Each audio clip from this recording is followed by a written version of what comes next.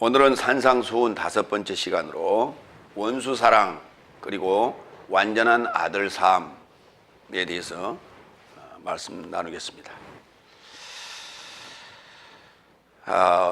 원수를 사랑할 수 있다면 그는 완전한 아들 삶이라, 이런 뜻인데요. 성경은 우리에게 요구합니다. 마지막 구절을 우리가 아까 읽었는데, 하늘 살만에 계신 완전하신 내 삶의 아버지같이 네 삶도 완전한 삶이 되어야 할 것이다. 참 어려운 과제입니다. 우리가 구원을 얻는 데는 조건이 완전 무결점 상태여야 되느냐, 아니면 피조물이기 때문에 일부 흠결이 좀 있어도 되느냐.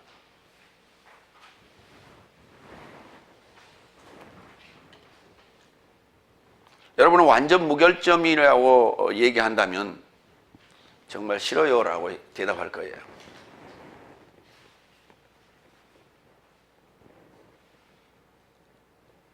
그러니까 우리가 예수님을 만나기 전에, 예수님 만나기 전에는 결점투성이죠. 결점투성인데 그 결점을 무결점으로 만들지 못한다면 그분은 능력이 없는 분이에요. 그분은 우리가 믿을 이유가 없잖아요.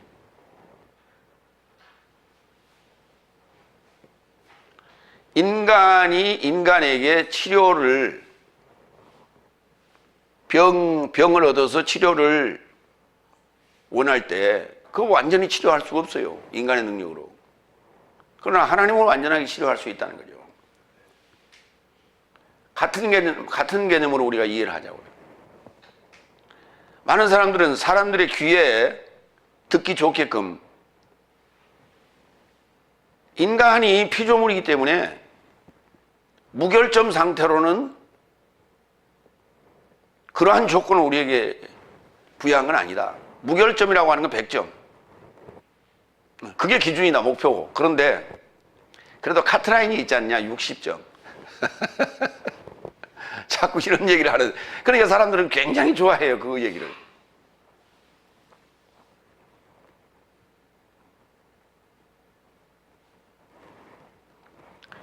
그 성경을 보고 얘기하는 건지 안 보고 얘기하는 건지 도대체 그건 사람의 생각이에요. 사람의 말이고 성경을 얘기하는 게 아니에요. 성경은 그렇게 요구하고 있지 않습니다. 오늘 지금 산상수는 우리에게 구약에서 언급한 율법과 그리고 새롭게 더 추가해서 구체화시킨 예수님의 계명이에요. 그걸 우리가 새 계명이라고 하는 거예요. 그 새 계명에 대한 것이 뭐냐? 이거는 선포예요. 이게 구원의 조건입니다. 그러니까 율법을 채우면 요 계명, 새 계명을 지킬 수 있다는 거예요. 행할 수 있다는 거예요. 그것이 구원의 조건이에요. 근데 자꾸 율법은 지킬 수가 없으니까 주님께서 오셔서 십자가로 폐하셨다. 예수님 분명히 말씀하셨죠. 나는 율법을 폐하러 온 게 아니라고 그래요. 율법을 채우러 왔다고 해요. 근데 성취하러 왔다라고 번역을 하면서 그 성취라는 게 십자가의 성취라고 착각을 해요. 십자가에서 성취가 아니에요. 채운다는 단어예요. 그 단어가 성취가 아니고. 예. 플레로마, 충만이라는 단어입니다. 명사로서는. 동사는 채우다는 단어예요. 충만의 동사가 성취하답니까? 여러분, 나는 성취해야 할 목표가 있습니다. 그게 뭡니까? 공무원 합격하는 겁니다. 그래서 공무원 시험 패스했어요. 그러면 성취가 된 거예요?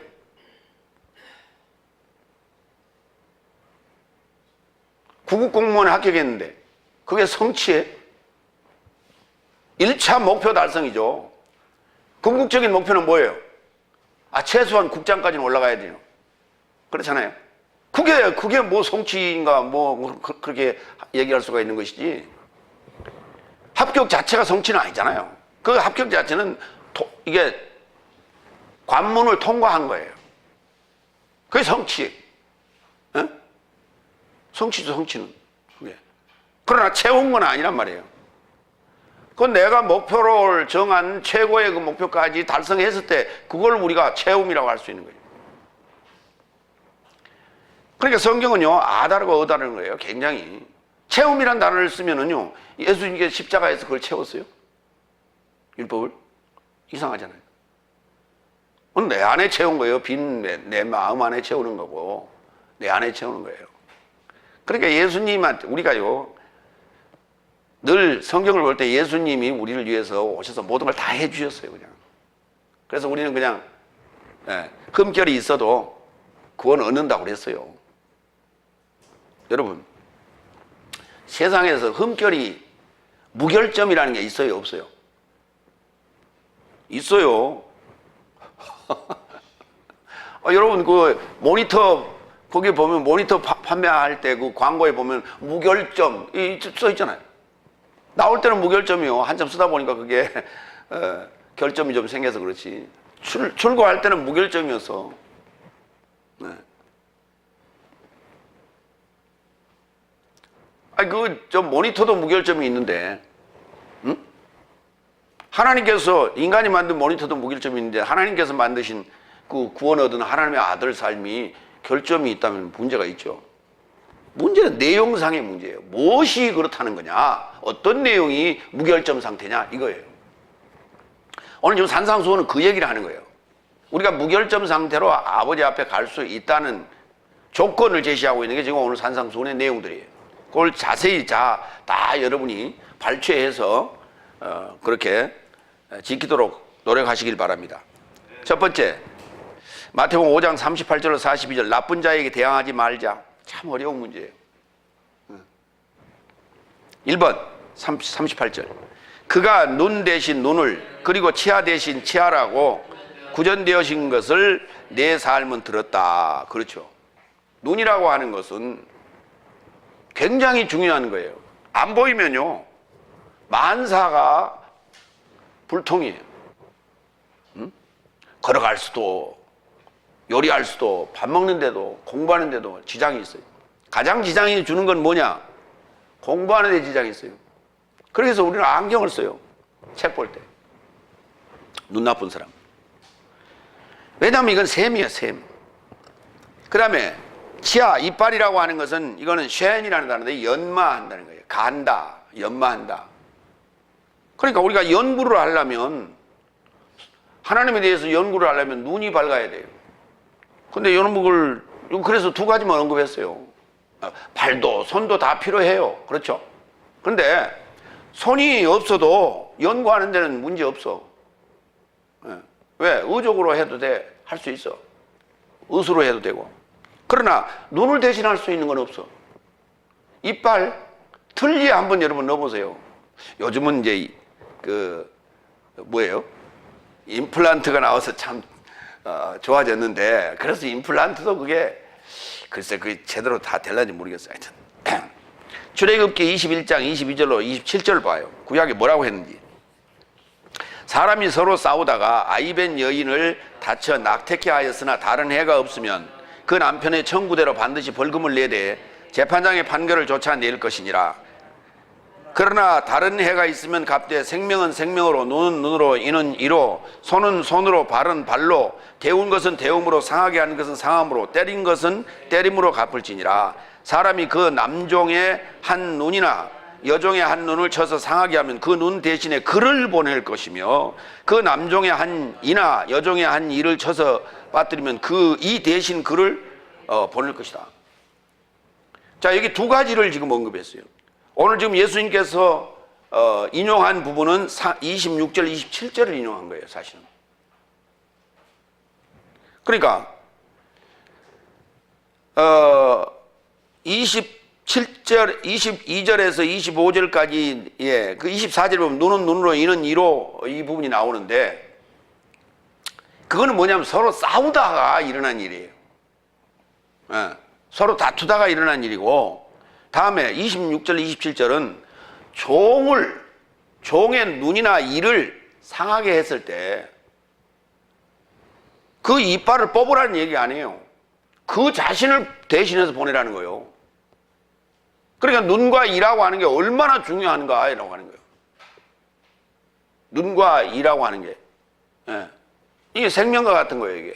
그래서 그걸 몸으로 대신 갚으라는 거예요. 주인이 몸으로 대신 갚아야 돼요.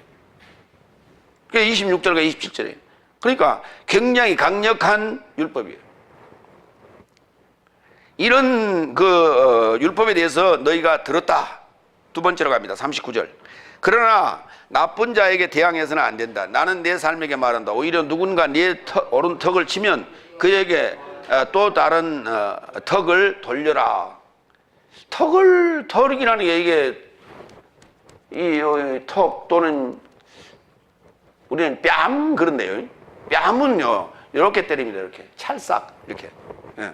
뺨을 이렇게 탁 때리는 거 이건 굉장히 기분 나쁘죠.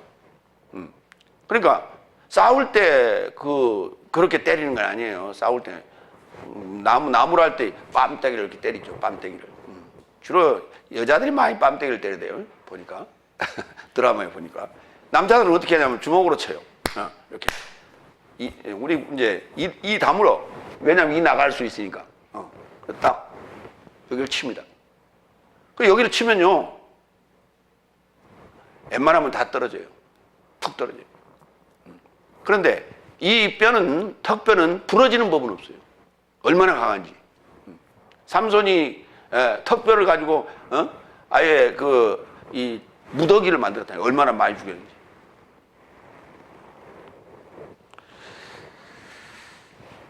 그래서 이 뺨이라고도 하고 턱이라고도 하는데 이게 턱이라고 생각하시면 돼. 이게 레히라고 하는데 히브리어로는. 네.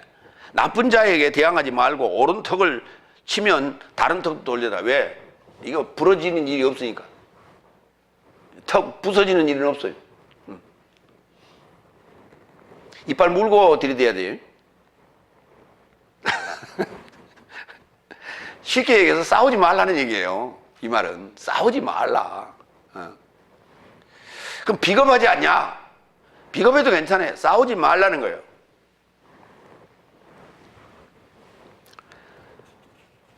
잠언서 20장 22절. 너는 악을 갚겠다 말하지 말고 여호와를 기다리라. 그가 너를 구원하시리라. 가장 현명한 방법은요, 맞고 울고 엄마 아빠한테 오는 거예요. 근데 여기는 지금 기다리래. 여호와를 기다리래. 울고. 이사야서 50장 5절로 6절. 주 여호와께서 나의 귀를 여셨으므로 내가 거여가지도 아니하고 뒤로 물러가지도 아니하며 나를 때리는 자들에게 내 등을 맡기며 나의 수염을 뽑는 자들에게 내 뺨을 내 그 턱을 맡기며 수욕과 침뱉음을 피하려고 내 얼굴을 가리우지 아니하였느니라. 이건 지금 누구에게 지금 예수님께서 이 계명 새 계명을 주시고 계시느냐?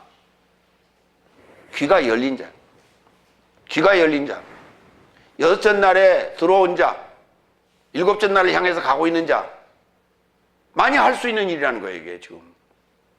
예. 그런다고 이 턱 갖다 들이대가 되지 말고 맨날 이렇게 부어가고 다니지 말고.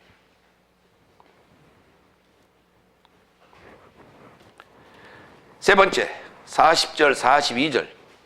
40절로 42절까지. 그리고 내게 판결받기를 원하는 자와 내 속옷을 취하기를 원하는 자에게 겉옷까지도 그에게 주라. 놓아주라. 그리고 누군가 너를 한 마일을 강요할 것이니 너는 그와 결합하여 2마일 삶을 물러가라. 너를 요구하는 자에게 주고 너로부터 빌리기를 원하는 자에게도 되도록이지 말게 하라. 되도록이게 하지 말자. 속옷을 달라. 아니, 여러분, 속옷 달라는 사람이 있어요? 근데 우리는 옷이 여러 가지잖아요. 그죠? 이게 속옷이요, 겉옷이요. 지금 내가 입고 있는 게. 또 위에 하나 또 있는데, 외투, 겨울에 입는 거.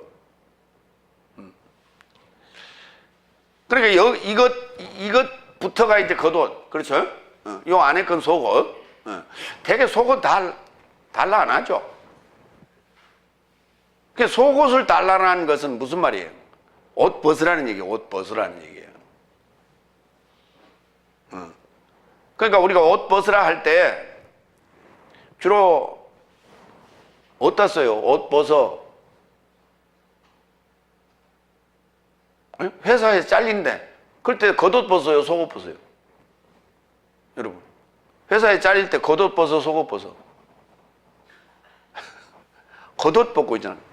가운, 잠바, 회사 가운 있죠? 그거 벗고 나온다 그래서 우리가 옷 벗는다, 옷 벗겠다, 뭐 그런 말 쓰잖아요. 근데 여기 지금 속옷을 달라고 하는 것은요, 싹 다 벗으라는 얘기예요. 아니, 겉옷 안 벗고 속옷을 벗을 수 있는 방법이 있어요? 없죠? 그러니까 속옷 달라고 하면 겉옷까지 다 벗어 다 주라는 얘기예요. 그 다음에 그걸 그에게 놓아주라고 그랬어요. 그러니까 이건 뭐냐면 내가 붙잡고 있는 거예요. 옷이라는 것을 내가 붙잡고 있는 거예요. 그걸 놔주라는 거예요. 놔버리라는 거예요. 그럼 옷이라는 건 뭘 얘기하는 거예요? 어떤 지위나 직분이나 뭐 이런 것들을 얘기하는 거예요. 그거 나를 가리고 있는 어떤 체면, 어떤 이런 요소들, 그거 내려놔라 이게. 달라는 대로 줘라. 체면 따위 필요 없다 이게. 그 다음에 한 마일을 강요할 것이다. 그러면 2마일을 물러가라 그랬어요. 휘파고라 했는데요. 앞으로 가는 게 아니에요. 한 마일 가자는 게 앞으로 가자는 게 아니라 물러가는 거예요. 강요할 것이다 그래서 가자는 말이 아니라 강요하는데 2마일을 물러갔다 와라. 휘파고 물러가라. 사탄아 물러가라 할 때 그 단어예요. 그 말은 무슨 말이에요? 율법 없는 자에게는 율법 없는 자처럼 행하라는 얘기예요. 그런다고 해서 2마일 물러갔다 해서 네가 가지고 있는 실력이 어디 뭐 그냥 싹 제로가 됩니까? 그렇지 않죠. 그 다음에 너를 요구하면 주라는 거예요. 너를 주래, 너를. 그리고 빌리는 자에게는 빈손 돌아가게 하지 말라는 거예요. 자, 속옷 좀 봅시다. 히브리어로는 케토네트라고 하고요. 헬라어로는 키톤이라고 합니다. 둘이 좀 비슷하죠? 예. 창세기 3장 21절. 여호와 하나님이 아담과 그 아내를 위하여 가죽옷을 지어 입히시니라. 이 가죽옷이 속옷이에요. 이해가 안 가시죠? 우리는 가죽옷 그러면 겉옷 소재로 사용하는데 가죽옷을 속옷을 하기야 가죽옷 속옷으로 입고 나온 사람도 간혹 있긴 있더라. 간혹 봤어요. 요한복음 19장 23절. 그런즉 군병 삶이 예수스를 십자가에 못 박고 그의 겉옷을 취하여 군병 각자 몫으로 4부분을 만들었고 속옷도 있었는데 속옷은 바늘 않고 위의 삶에서 통으로 짠 것이다. 위의 삶에서 통으로 짠 것이라니까. 여러분, 통으로 짤 수 있어요? 통으로 짠 옷이 있어요? 대답 좀 해봐요. 속옷 중에 통으로 짠 옷이 있어? 통으로는 못 짜요.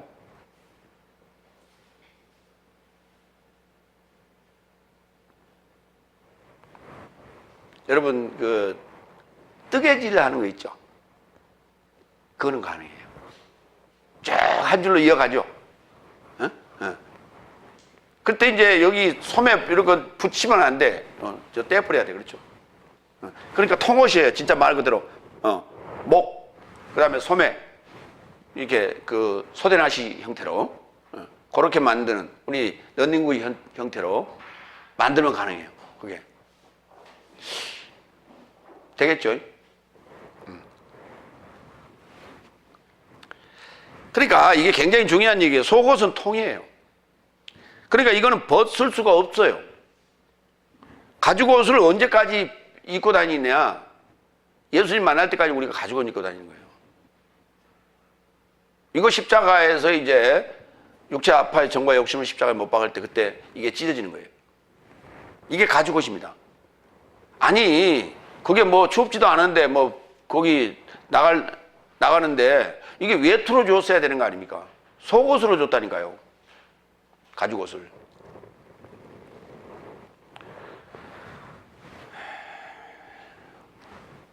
그러니까 이것 벗어 던지라는 거예요.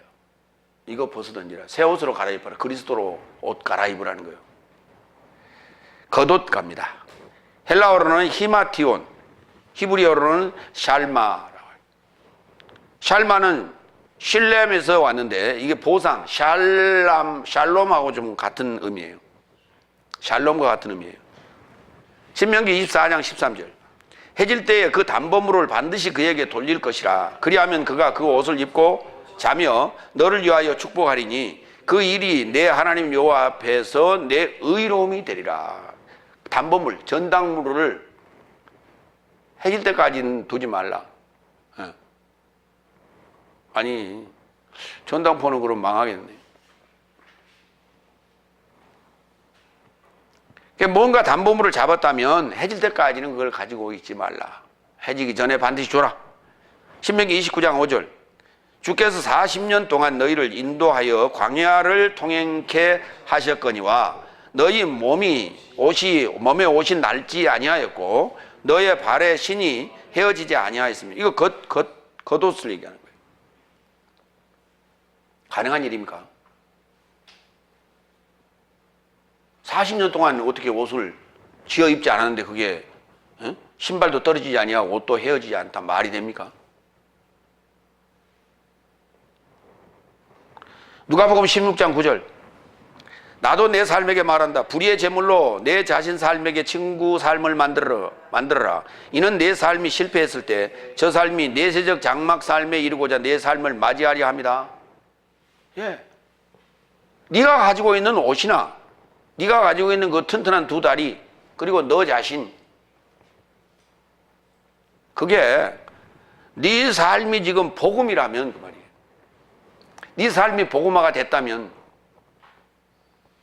아니면 복음화 돼 가고 있는 중이라면 그 외에 어떤 것도 필요 없다. 그거 다 벗어 달라는 대로 다 줄 수 있다. 줘야 된다. 그 주는 이유는 뭐예요? 친구 삼자는 거예요. 친구 삼자는 거예요.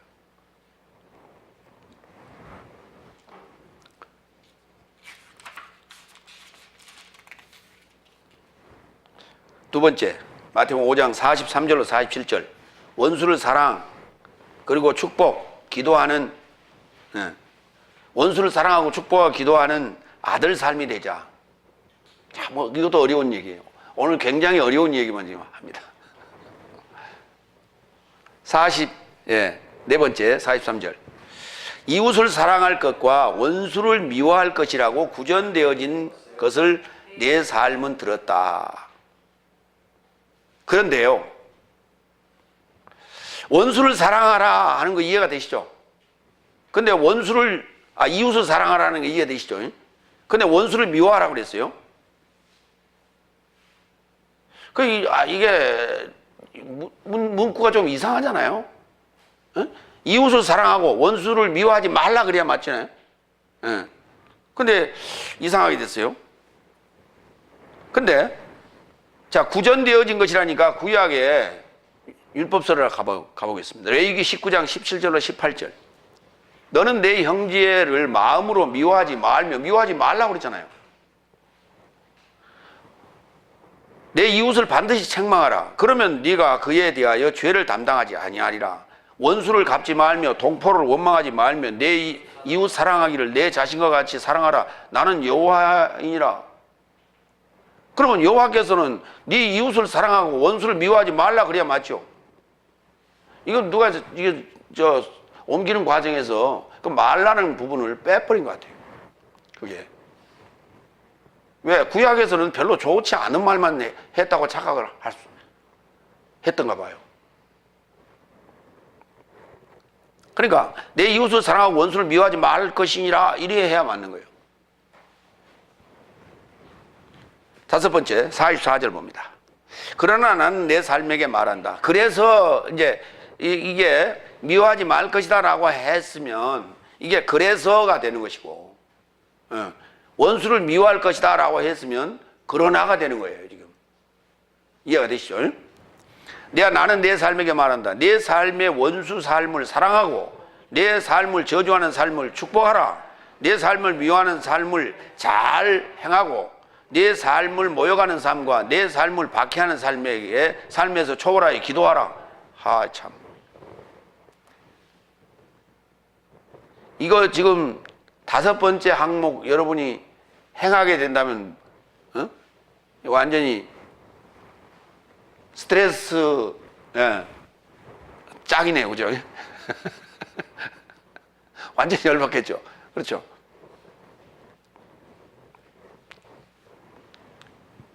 원수가 누구냐고요? 원수. 원수와 저주하는 삶, 그 다음에 미워하는 삶, 모욕하는 삶, 박해하는 삶, 다 하여튼 마음에 들지 않는 단어들이에요. 원수, 마태복음 10장 35절. 그의 아비를 좇는 인간과 그의 어미를 좇는 딸과 그의 시어미를 좇는 며느리를 이간질하려고 내가 이르렀으며. 아니, 화목해야지 왜 이간질하러 오셨어요? 예수님께서 그렇게 오셨다는 거예요. 그의 집안 인간 삶이 인간의 원수 삶이다. 이 사람의 원수 삶이에요.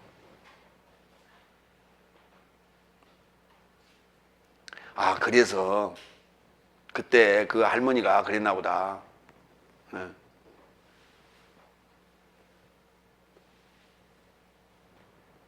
남편을 두 자로 한번 정해보세요. 그랬더니 왼수 그래. 네 자로 정의하면요. 그랬더니 평생 왼수. 그래서 그랬나 보다. 그러면 남편만 왼수고 형제는 왼수 아니? 집안 삶이 다 왼수래요. 원수는 어디 있어요? 집 안에 있다고요. 집 밖에 있는 게 아니라 원수가 집 안에 있다고. 내 안에 있다고. 우리 교회 안에 있다고. 그러니까 원수가 누구냐? 교인들이요. 이 집안이에요. 이게 집안. 원수를 사랑하라고요. 그 원수가 저주하고 그 원수가 미워하고 그 원수가 모욕하고 그 원수가 박해할 거예요. 빌립보서 3장 5절로 7절. 여기 박해자를 한번 보자고요. 나는 8일 할례를 했고요. 누굽니까? 바울이에요. 이스라엘의 족속에서 난 자요, 베냐민 지파요, 히브리인 중에 히브리인이요, 율법을 좇는 바리새인이요, 열심을 좇아 교회를 박해했고 율법 안에서 의를 좇아 흠없자가 되었느니라. 그러나 무엇이든지 내게 유익하던 그것을 내가 그리스도스를 인하여 손해로 여겼노라. 완전히 180도 뒤바뀐 자예요. 박해자였습니다. 누구를 박해했습니까? 예수 믿는 자들을 박해했죠. 교회 안에라니까 다. 이게 지금 교회 밖에가 아니에요. 교회 안에에서 원수, 저주, 미워하는 거, 모욕하는 거, 박해하는 것들 다 교회 안에 있다. 그럼 교회 밖에 있는 사람들은 어떡하고? 그건 조금 이따 얘기하고. 로마서 12장 17절로 21절. 아무에게도 악한 것 대신에 악을 보답하지 말고 모든 사람 앞에서 좋은 삶을 예견하라. 할 수 있거든 내 삶에서 나온 것을 모든 사람과 더불어 화평하라. 사랑하는 삶이여 내 삶이 스스로 보복하지 말고 오히려 진노에게 영역을 드리라. 왜냐하면 주께서 말씀하시되 보복이 내게 있으니 내가 대신 보답할 것이라고 기록되었다. 그런즉 내 원수가 굶주리거든 먹이고 목말라 하거든 마시게 하라. 왜냐하면 이것을 행하여 네가 불 지핀 숯을 그 머리 위에 쌓을 것이다. 악에 속하여 이기지 말고 오히려 선한 것 안에서 악을 이기라. 사도 바울은 로마서 12장에서 집안만이 아니라 집 밖의 모든 삶에까지 지금 포괄적으로 이 얘기를 했어요.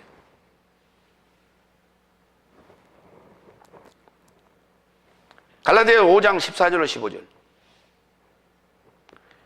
왜냐하면 모든 율법은 내 이웃을 내 자신같이 사랑하라 하신 말씀 안에서 채워졌으니 서로를 물고 잡아먹는다면 서로에 의해 소멸하지 않을까 주의하라. 같이 죽을 수 있다. 자멸할 수 있다. 공멸할 수 있다. 예. 그러니까 율법을 채우는 것은 사랑하라, 사랑하는 거예요. 이게 채우는 거예요. 율법 채우는 게 사랑이에요. 방법이 없어요.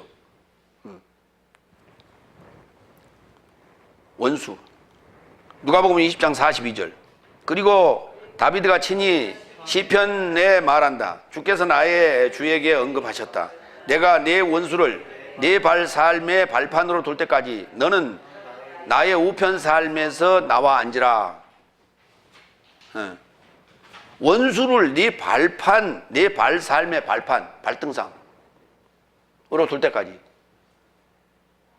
그러니까 원수를 다 뭘 만들라고요? 발판을 만드시라고. 여러분의 발판, 여러분 앞에 무릎 꿇고 조아린 그 상황으로 만들어. 그러기 위해서 지금 오늘 이 계명을 우리에게 말씀하고 계시는 거예요. 그 원수가 누구예요? 여러분의 원수는 누굽니까? 다섯째 날이에요. 다섯째 날이 여러분에게 원수짓 하고, 여러분을 미워하고, 여러분을 박해하고, 여러분을 모욕하고 할 거예요. 그들과 싸워서는 절대로 그들을 꺾을 수 없어요. 그들이 고개 숙이지 않습니다. 그들이 고개 숙여야 여러분의 발 밑에 와서 고개 숙이는 게 이게 발등상이에요. 이게 발판 만드는 거예요. 그러기 위해서는 어쨌든 간에 참고 견디고 어쨌든 여섯째 날 복음으로 들어올 수 있도록 만들어주시고, 이게 목적이에요. 요 발등상 얘기가 누가복음 20장 42절, 사도행전 2장 35절, 7장 49절, 고린도전서 15장 25절, 히브리서 1장 13절, 10장 13절 이렇게 언급됐어요. 수차례 언급됐어요. 이게 매우 중요한 일이기 때문에 이렇게 언급된 거예요. 여섯 번째, 45절. 어떻든 하늘 삶 안에 계신 내 삶의 아버지의 아들 삶이 되자. 이는 그의 해를 나쁜 삶과 선한 삶에 접하여 떠오르게 하고 의로운 삶과 불의한 삶에 접하여 비내리고 있습니다. 그러니까 믿는 자나 안 믿는 자나, 교회 다니는 자나 안 다니는 자나, 여섯째 날이나 다섯째 날이나 모두의 하나님이라 이 말이죠.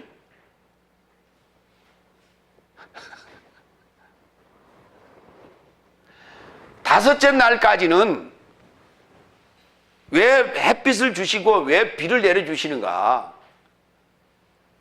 햇빛을 쪼이고 비를 내려주는 거는 뭐 하자는데 목적이 있는 거예요? 결실하자는데 목적이 있는 거 아니에요? 아버지는 농부라고 그랬지 않습니까? 농부의 마음이에요, 그게. 그래서 다섯째 날까지 커가고 있는 상황이기 때문에 비도 주고 햇빛도 주는 거예요. 그러니까 그거를 갖다가 하나님은 공평하신 분이야. 그러니까 교회 다니건 안 다니건 모두의 하나님이다. 그러면 그렇게 공평하시는 하나님이다, 성경에 기록된 하나님은. 그러면 교회 뭐하러 다녀? 성경을 이해해도 그렇게 잘못 이해하면 안 돼요. 소위 사회주의자들, 사회 구원을 외치는 자들, 교회 안에 불평등 이런 것들을 해소하자는 그러한 운동을 하는 자들의 입에서 나온 소리가 그런 소리예요. 성경 그런 얘기 아니에요. 성경을 어떻게 갖다 인용하느냐라고 하는 게 굉장히 중요한 거예요. 뻐끗하면 교회 와가지고 자기한테 좀 해롭게 하면 하나님은 사랑인데 여기 사랑이 없다. 돌 한 번 주세요. 그러다 안 주면 사랑이 없다.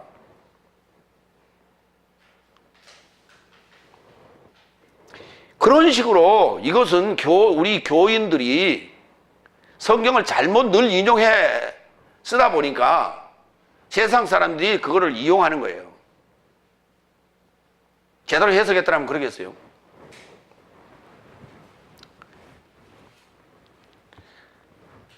해와 비가 뭔가 좀 보자고요. 조금 전에 제가 결실이라는 문제를 가지고 얘기했어요. 그러니까 아버지의 아들은 선한 그리고 선한 삶, 의로운 삶이에요. 원수가 누구냐? 나쁜 삶이요, 불의한 삶이에요. 그럼에도 불구하고 그들에게 해도 비도 주고 계신다고요. 그러면은 의로운 삶이나 선한 삶에게는 무슨 비를 줄까요? 늦은 비 주겠다, 늦은 비. 이른 비가 아닌 늦은 비. 그 다음에 나쁜 삶과 불의한 삶에는 이른 비를 주겠죠. 그래야 부지런히 자라서, 그러니까 밭에 지금 결실하지 안 한 상태에서 자라고 있는 그 작물은 사실은 그게 우리는 어때요? 아, 참 귀엽다고 그러잖아요, 가서. 근데 귀여운데 사실은 그게 나쁜 거고 지금 그게 불의한 거예요, 지금 그게. 그러니까 우리 여러분에게 지금 욕하고 해하고 박해하고 모욕하고 하는 그게 나쁜 거예요, 그렇죠? 근데 도리어 반대로 생각하세요. 아직 결실하지 못한 그 밭의 작물은 어때요? 우리가 귀여워 그러죠. 그러니까 여러분에게 박해하고 여러분을 모욕하고 여러분에게 나쁜 짓을 하는 그 원수 짓을 하는 그들은 다 뭐예요? 귀여운 것들이에요. 그렇게 이해를 하시면 쉬워요. 그러니까 저놈 그러지 말고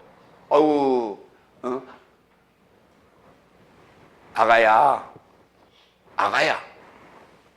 라고 생각하세요.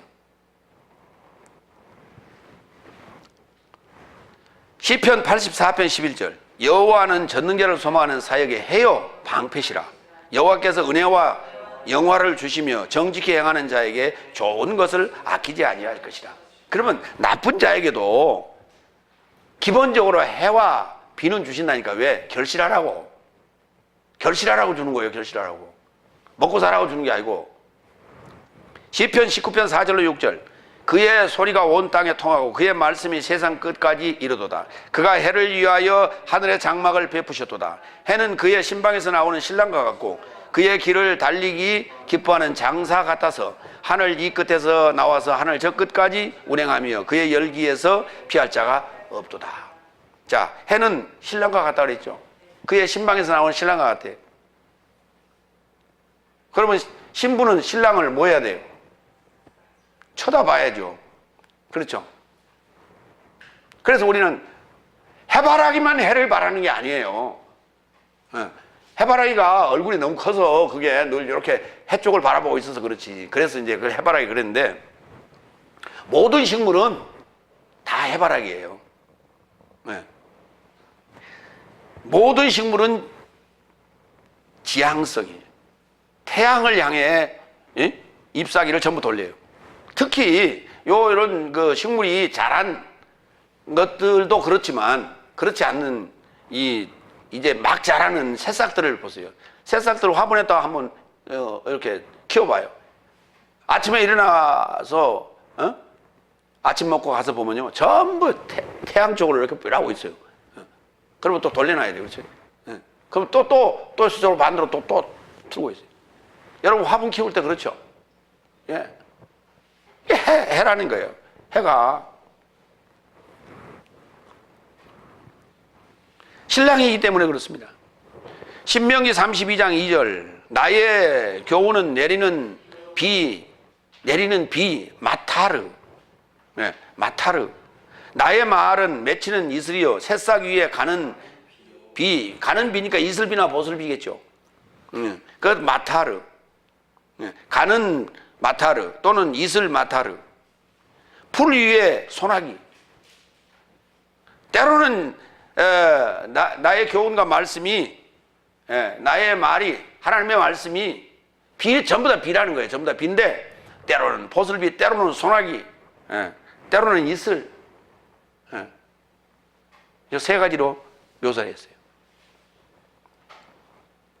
신명기 11장 14절 여호와께서 너희 땅에 이른 비 늦은 비를 적당한 때에 내리시리니 너희가 곡식과 포도주와 기름을 얻을 것이라. 예. 이게 먹고 사는 문제가 아니라 신랑이신 주께서 하나님께서 우리를 찾아오시고 우리에게 말씀하시는 그 이유는 넷째 날에도 다섯째 날에도 여섯째 날에도 하시는 이유는 일곱째 날 결실하자는 거예요. 이 결실이 하나님의 아들이에요. 이게 하나님의 아들 삶이 되자.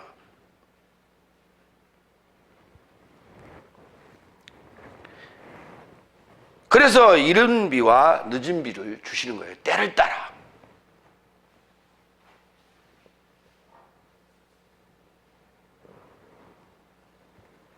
그러니까 이른 비와 늦은 비를 준다는 얘기는 그 작물의 특성을 이해하고 계신다 이 말이에요. 그분은 아주 훌륭한 농부다 이런 말이에요. 여러분, 난을 키우는데 난이 꽃을 피지 않을 때는 어떻게 해야 난이 꽃을 피울까요? 예?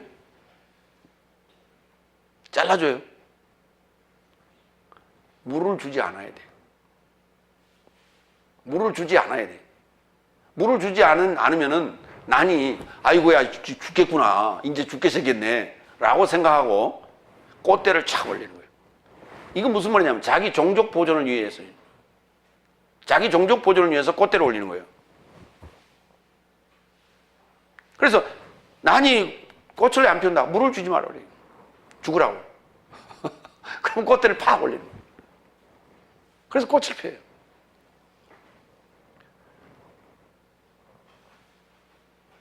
그러니까 식물마다 여러 가지 그 특징이 있는데 그 특징을 잘 우리가 이용하는 것이, 그걸 우리가 억제 재배라고 합니다.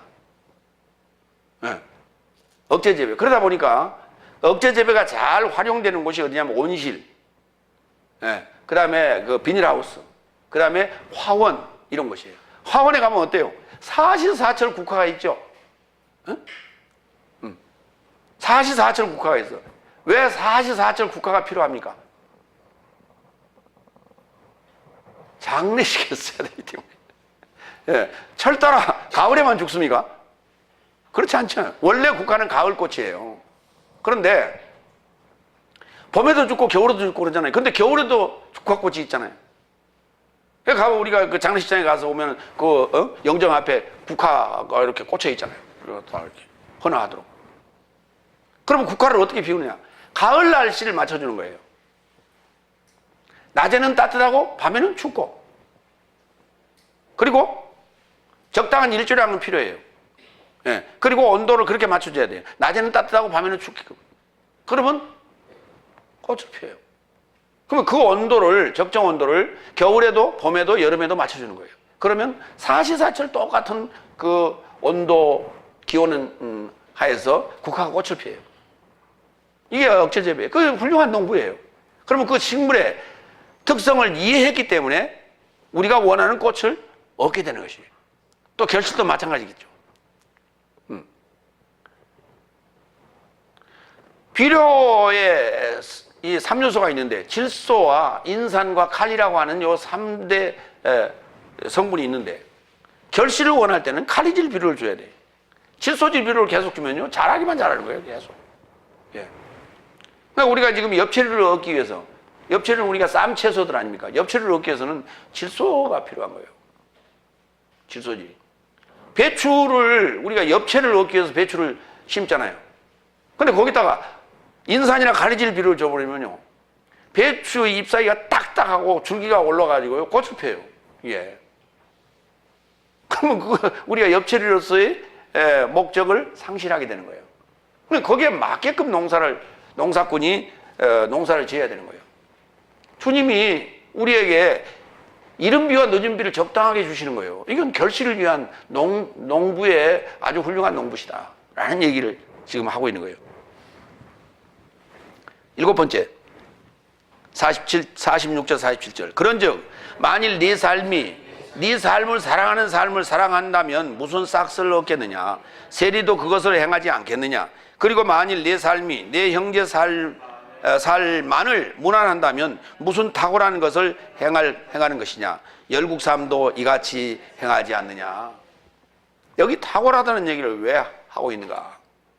여태 사랑 얘기하다가 탁월, 서기관 바리새인보다 탁월하지 않으면 너의 의가 탁월하지 않으면 하나님 나라에 들어갈 수 없다고 그랬잖아요. 그러니까 뭔가 나도 나아야 된다는 얘기예요. 열국 사람보다. 그래서 원수는 집 안에 있고 원수는 사랑의 대상이에요. 그 다음에 열국은 집 밖에 있는 거예요. 그들은 문안의 대상이에요. 부지런히 만나라. 부지런히 만나라. 여러분 집 안에 있는 형제, 믿는 형제들에게는 사랑의 대상이에요. 사랑을 어떻게 하느냐?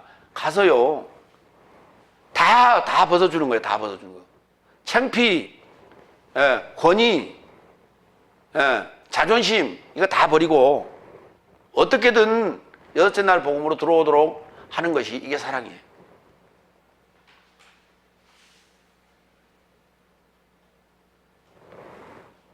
집 밖에 있는 열국, 예수 믿지 않는 자들 부지런히 만나세요. 이게 문안이에요. 누가복음 6장 32절. 내 삶을 사랑하는 삶을 내 삶이 사랑하면 내 삶에게 무슨 은혜가 있겠느냐. 사랑하면 그 다음에 오는 게요. 누가복음에서는 은혜라고 했어요. 그런데 여기 마태복음에서는 싹시라고 했어요. 그걸 개혁성경에는 상급으로 번역했어요. 당연히 우리가 싹시 맞겠죠. 왜? 지금 결실을 우리가 열매를 요구하는 거예요. 열매를 얻자는 겁니다. 그러니까 당연히 싹시 맞겠죠. 일한 싹. 상이 아니라 뭔 상 받기 위해서 일합니까? 우리 상 받는 여러분 학교 졸업할 때 상 받는 사람 몇 사람 있었어요? 몇 사람 안 되죠? 성적 우수상, 뭐 교육감상, 무슨 개근상. 개근상은 몇 명 있더라고. 상 받는 사람 몇 명 안 돼요. 상으로 자꾸 얘기하지 마요. 이거는 뭐냐면 경합시키는 거예요. 경주시키는 거예요. 상으로 표현한다는. 우리 의식소에 그렇게 돼 있잖아요. 싹시예요. 싹은 누구나 일한 만큼 얻을 수 있는 거예요. 공평하잖아요. 왜냐하면 죄진 사람도 저 삶을 사랑하는 삶을 사랑한다 그랬어요. 그러니까 세리가 지금 죄인이라는 게 다섯째 날이에요. 이게 집안 사람입니다. 세리가 집 밖 사람이 아니에요. 요한복음 14장 21절로 23절. 나의 계명을 가지고 지키는 자 그가 나를 사랑하는 자이다. 그래서 나를 사랑하는 자가 내 아버지에 의해 사랑받을 것이고 나도 그를 사랑할 것이다. 그에게 나 자신을 드러낼 것이다. 가롯인 아닌 유다가 그에게 말하되, 가롯이 아닌 유다입니다. 가롯 유다 말고, 가롯 유다 아닌 자가 그에게 말하되, 주여 어찌하여 자신을 내 삶에게는 드러내시고 세상에게는 아니하려 하십니까? 예수께서 답변하여 언급하시되, 누가 만일 나를 사랑한다면 내 말을 지킬 것이요 내 아버지도 저를 사랑하실 것이다. 내 삶이 저를 향해 와서 저 곁에 거처를 만들 것이다. 누구든지 그 말이에요. 누구든지 나를 사랑한다면 왜 우리에게만 자신을 드러내시고 열국 사람에게는 왜 그 자신을 드러내지 않습니까? 라고 이제 가로짓 아닌 유다가 물었어요. 그랬더니 그게 세상이거든요. 그랬더니 누가 만일 나를 사랑한다면 내 말을 지킬 것이다. 누구든. 그러니까 집안 사람이든 집 밖 사람이든 유대인이든 헬라인이든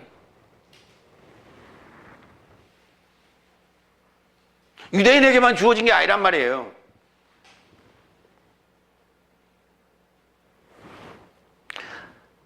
그러니까 다섯째 날까지는 유대인이라고 보시면 돼요.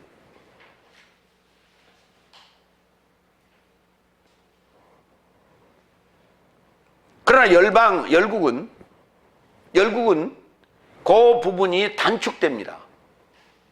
넷째 날, 다섯째 날 그 시간이, 그 기간이 단축됩니다.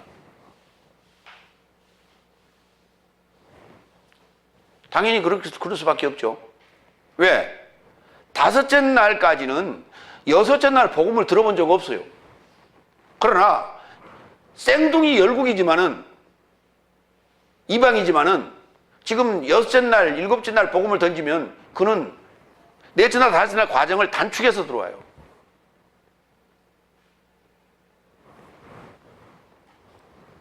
그러니까 그들에게 또 주어지는 것은 새 계명이에요. 그러니까 주님께서 오셔서 율법을 강화시킨 게 아니에요. 새 계명을 준 거예요. 새 계명을 재해석을 하셨단 말이에요. 재해석. 이것은 선포입니다. 새 계명이고. 요한일서 3장 14절로 16절. 내 삶이 형제 삶을 사랑하는 것으로 사망에서 생명에 이르고자 옮긴 줄 알고 있나니 형제를 사랑하지 아니하는 자는 사망 안에 머물러 있도다. 그의 형제를 미워하는 자는 모두 살인자요 살인자는 모두 그 안에 머무는 내세적 생명을 가지고 있지 않은 것을 네 삶은 알았노라. 이것 안에서 내 삶이 사랑을 알았나니 저가 내 삶에서 초월하여 그의 목숨을 내려놓았으니 내 삶도 형제 삶에서 초월하여 목숨을 내려놓는 것이 의무이다. 이게 사랑이에요.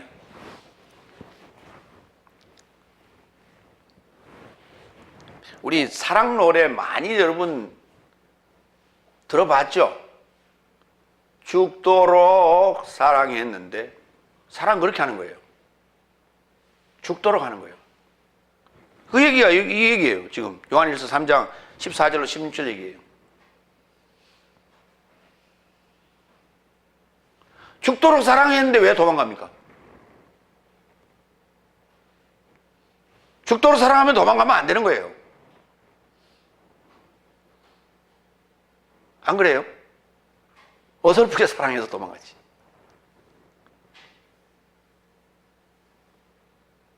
근데 노랫말은 그렇게 써놨어요.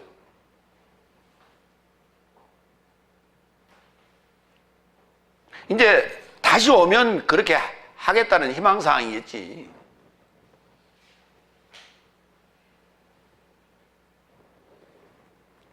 죽도록 사랑하시기 바랍니다.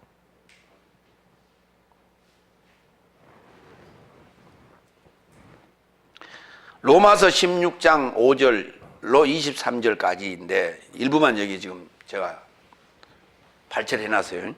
지금 로마서 16장은 전부 거의가 다 사도 바울이 지금 로마에 있는 요 열방들을 문안하라고 요구합니다. 누구에게? 자기 그 제자들에게. 내 사랑하는 에파이네토스를 문안하이라. 6절 마리아를 문안하이라. 앞에는 다 잘랐어요. 안드로니고스와 유아니스를 문안하이라. 암플리아스를 문안하이라. 우르바노스와 스타귀스를 문안하이라. 아펠레스를 문안하이라. 아리스토블로스에게 나온 삶을 문안하이라. 헤로디온을 문안하이라. 나르키소스에게서 나온 삶을 문안하여 그 다음에 트리파이나와 트리포사를 문안하이라. 페르시아를 문안하라. 흐르포스와 그의 어머니를 문안하이라. 아싱크리토스와 블레곤과 헤르마스와 파트로바스와 헤르메스와 저 사람과 함께한 형제의 삶을 문안하이라. 필로로고스와 율리아를 네리스와 그의 자매와 올림파스와 그 저 사람과 함께한 모든 성도 삶을 문안하이라. 내 삶이 거룩한 입맞춤으로 서로를 문안하이라. 그리스도스 교회의 삶이 내 삶을 문안하이라. 그 뒤에도 계속 이제 23절까지 이제 뭐라고 하면서 또 문안하는 얘기가 수없이 나옵니다. 만남이에요, 이거 만남. 가서 만남이라는 노래를 부르시면서 만나세요. 우리의 만남은 우연이 아니야. 필연이야.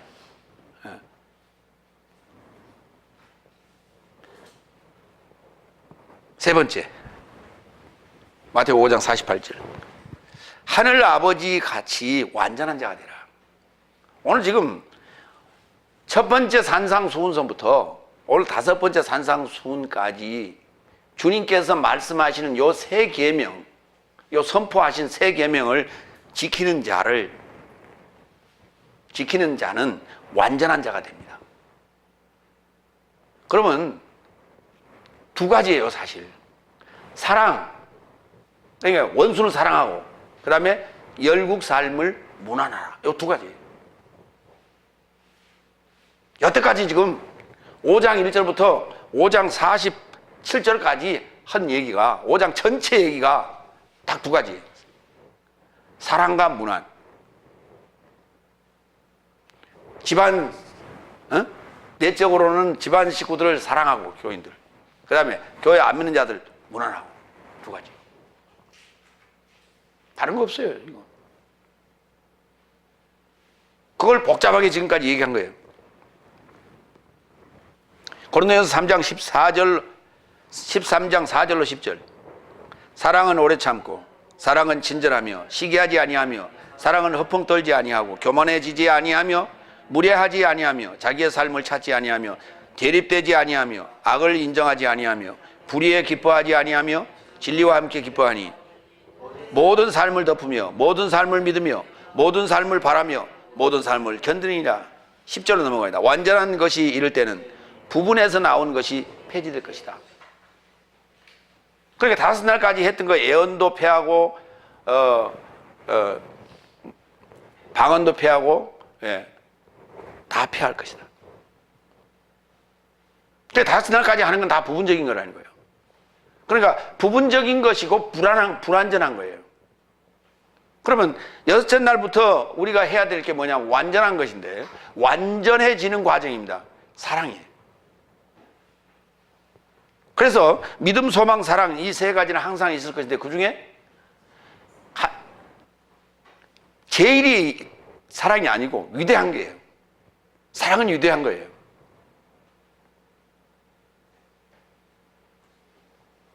어머니의 사랑은 위대하잖아요. 그렇죠?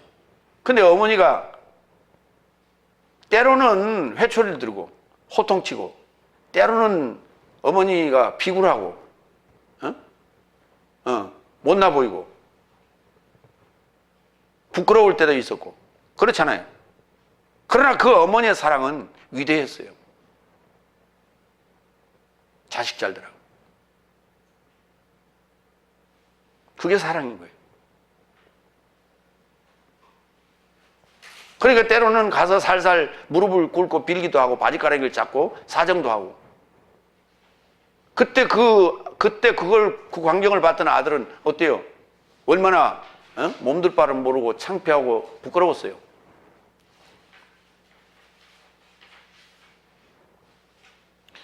이게 사랑인 거예요. 그러니까 내 자존심 다 팽개치고, 내가 명예고 권위고 다 뿌리치는 거예요, 사랑은. 상대를 살려야 되겠다라고 하는 일념밖에 없는 거예요.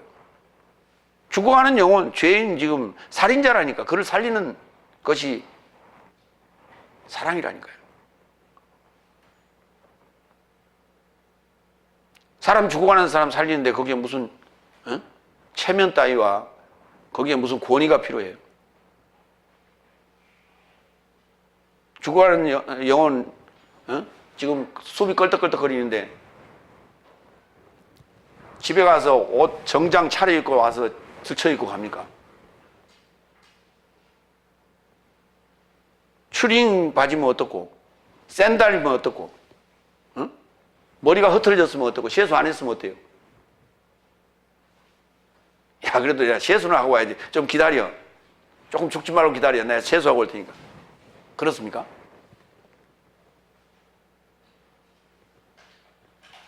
지금 오늘 여기 사랑하라, 지금 사랑 타령 얘기가 아니에요.